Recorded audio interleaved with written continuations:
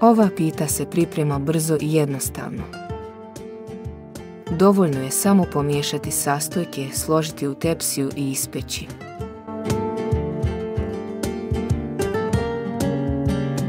Mikserom umutite 6 jaja.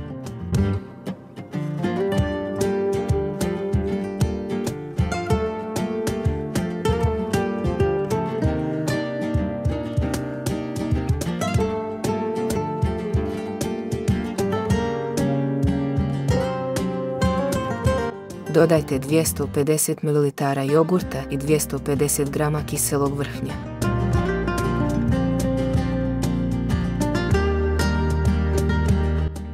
Umutite mikserom, a onda dodajte 150 ml ulja.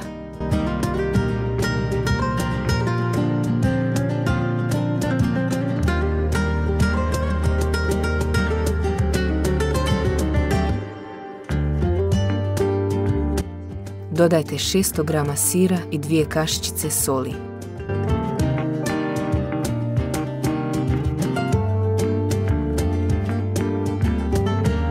Umutite i na kraju dodajte 150 g griza i jedno pakovanje praška za pecivo.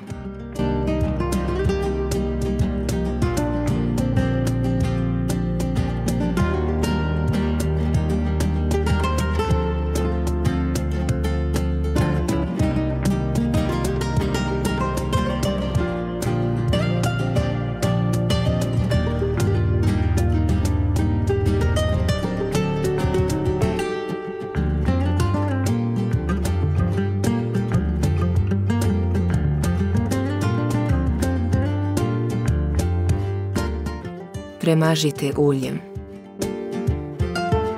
Potrebne su vam 3 gotove kore za pečenje.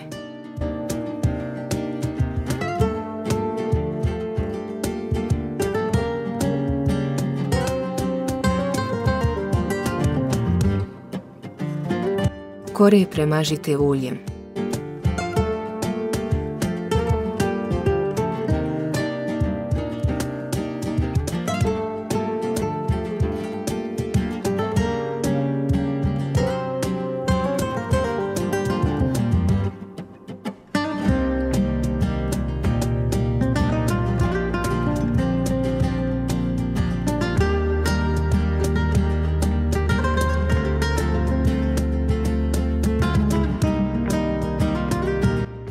Zagrijte pećnicu na 230 stepeni.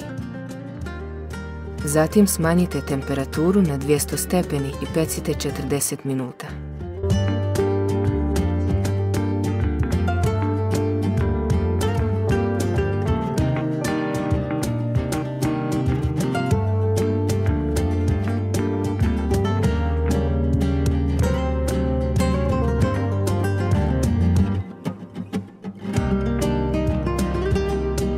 Pečenu pitu premažite kajmakom.